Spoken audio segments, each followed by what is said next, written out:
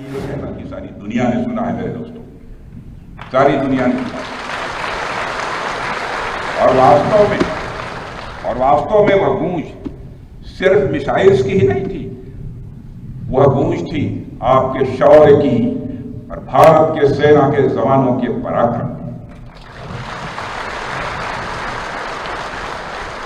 Operation सिंदूर में भारतीय वायुसेना ने जो प्रभावी भूमिका निभाई है, उसकी सराहना इस देश में ही नहीं बल्कि दुनिया के दूसरे देशों में भी हो रही है।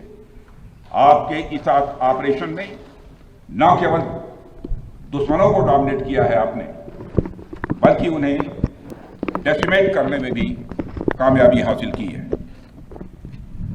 आतंकवाद के खिलाफ चलाए गए इस अभियान को नेतृत्व हमारी एयरफोर्स ने किया, और हमारी एयरफोर्स एक ऐसी स्काई फोर्स है जिसने अपने शौर्य, पराक्रम और प्रताप से आसमान की नई और बुलंद ऊंचाइयों को भी छू लिया है। मैं chief air marshal AP Singh को भी इसके लिए मैं बधाई देना चाहता हूं, उनके पूरे ऑफिसर्स, उनके पूरे टीम, उनके सारे जवानों को भी मैं बधाई देता हूं। और साथियों, कोई छोटी बात नहीं है कि हमारी एयरफोर्स की पहुंच पाकिस्तान के हर कोने तक है, और ये बात पूरी तरह से साबित हो चुकी है तो हमारी तीनों फोर्सेस की, लेकिन आज एयरबेस पर आए हूं इसलिए मैं इसकी चर्चा कर रहा हूं। और आज स्थिति यह है कि भारत के फाइटर प्लेन बिना सरहद पार किए ही यहीं से उनके हर कोने तक सीधा प्रहार करने में पूरी तरह से सक्षम है। और पूरी दुनिया ने देख लिया है कि कैसे आपने पाकिस्तान की धरती पर मौजूद आतंकवाद के 9 ठिकानों को ध्वस्त कर दिया। बाद में की गई कार्रवाई में उनके अनेक एयरबेस भी तबाह कर दिए गए।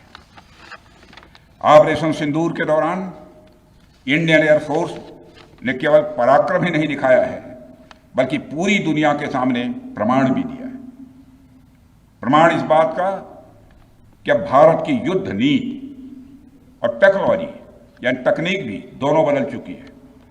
आपने प्रधानमंत्री मोदी जी के नेतृत्व में नए भारत का संदेश पूरी दुनिया तक इस बार पहुंचा दिया है।